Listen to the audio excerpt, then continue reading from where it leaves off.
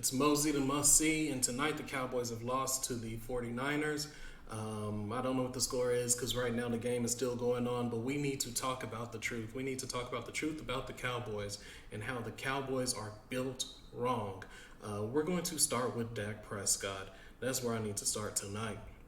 Dak Prescott wanted that big contract. He wanted $40 million a year. And what has he done with that $40 million? This isn't just a shot at Dak Prescott. This is a shot at all the quarterbacks who are wanting $50 million a year. We keep getting these quarterbacks who want these $40 million contracts and and then they start to fail, and then we say, oh, but the receivers are dropping the ball, like we saw with the Ravens today. Oh, the linemen aren't blocking. You know who's catching the ball? You want to know who's blocking? Your contract. That's who.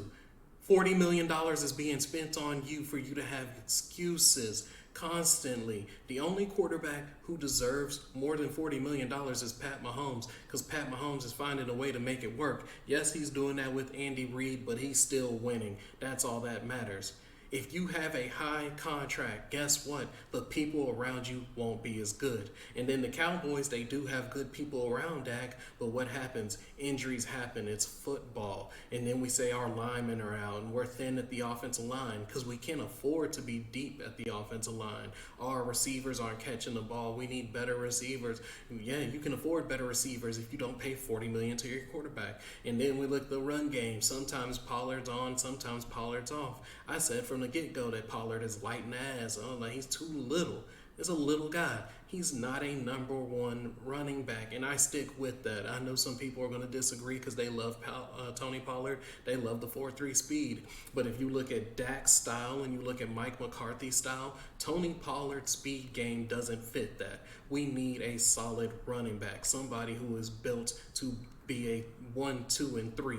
When you look at prime Zeke, he ran, he was a receiver, and he was a pass blocker. He did all three things. And when his run game was a power run game, I'm going to bruise and wear you down. What is Tony Pollard's? It's all speed. Not working for us. Rico is not our power back. He's not bad, but if you look at the playoff teams, Rico's not competing with the playoff teams. And Tony Pollard is not versatile enough.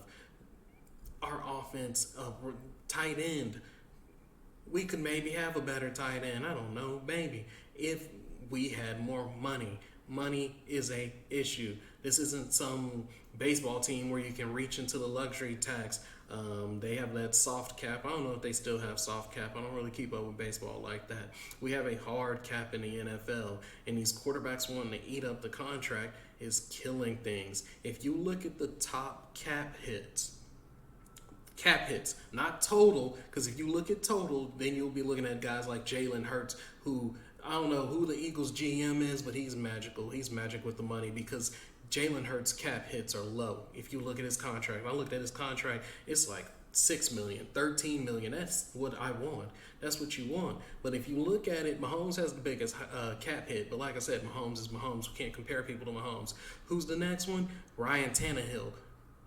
They're 2-3. They lost to the Colts, which actually makes them 2-4. Who's after him? Leonard Williams. Leonard Williams, Giants are looking terrible.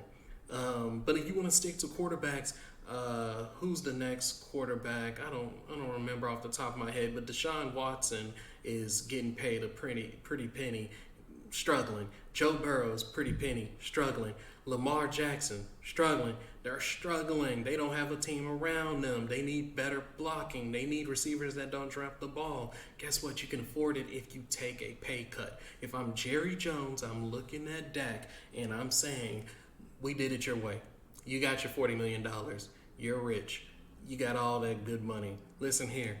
Either you take the $20 million or we're going to have to get rid of you. Because if you need perfect blocking, you need perfect receivers, you need a runner, you need a safety net tight end, you need a shutdown defense, you need a kicker that's going to make all these field goals, and you need a punter that'll give our defense a chance. Guess what? 40 million, 50 million, it's not going to work for me. I don't understand that, and I don't understand why we continue to do this, because right now these rookie contracts are dominating. Brock Purdy, that's a beautiful contract. Jalen Hurts, that's a great contract. Joe Burrow's before his new contract, back when he was on his rookie deal, that's a good contract. All those contracts, that's what I want. So if I'm the Cowboys, I take a shot on Trey Lance. I'm getting rid of Dak. I'm sorry, Dak. Unless you're playing for less than $20 million, you gotta go. And if we lose with Trey Lance, I don't care. Shador Sanders said that he's going to go back to college. Now, granted, I don't really trust that, but if he does, we have next year. We can be some bums next year if Trey Lance ain't that guy, and we can go get Shador Sanders with the #1 pick. I am perfectly fine with that. But paying $40 million to Dak and Dak needing all the help in the world doesn't make sense. You cannot tell me where that makes sense. Doesn't add up. The math ain't mathing on that. Then with the defense, our defense is built bad too. And I know a lot of people are thinking that I'm doom and gloom because we lost to the 49ers. No, this is going with a lot of stuff that I'm thinking about. I'm looking at us versus playoff teams, looking at us versus the Cardinals, looking at us versus 49ers. We have the best player in the league, arguably. Most people put him in the top 5. Micah Parsons. What's the scheme to beat Micah? Double him, run at him. Run game. The quarterback does not matter in the running game unless you're running RPO like Hurts. But tonight we played Purdy. Purdy is not running RPOs.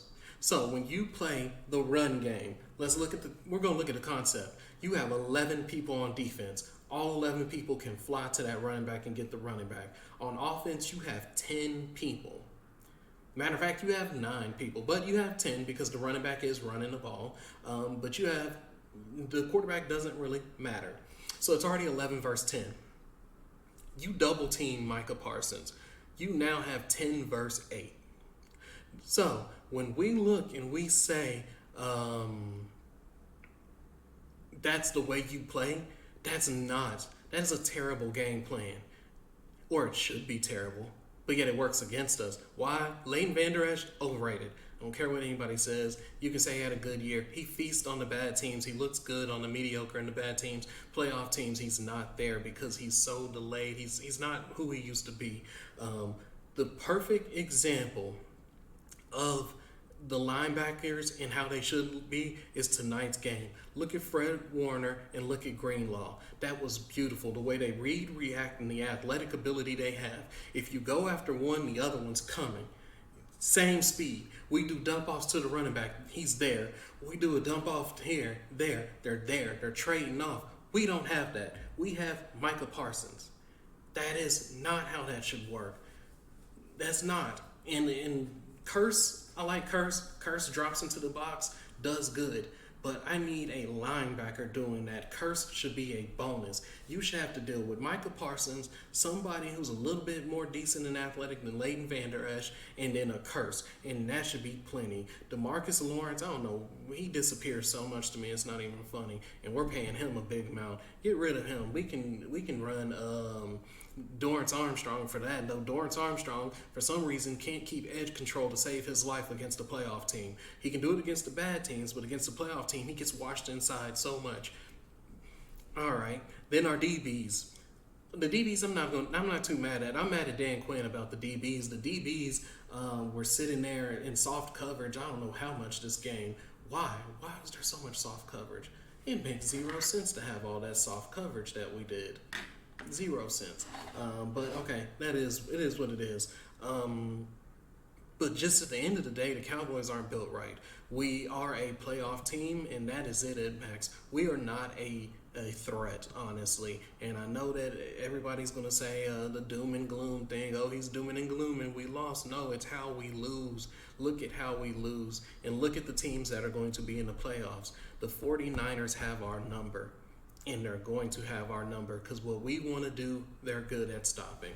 And we can't get past that. The Eagles, once again, they can have our number. They are playing a little bit off. They're a little shaky. But at the same time, I still believe that the Eagles will have our number.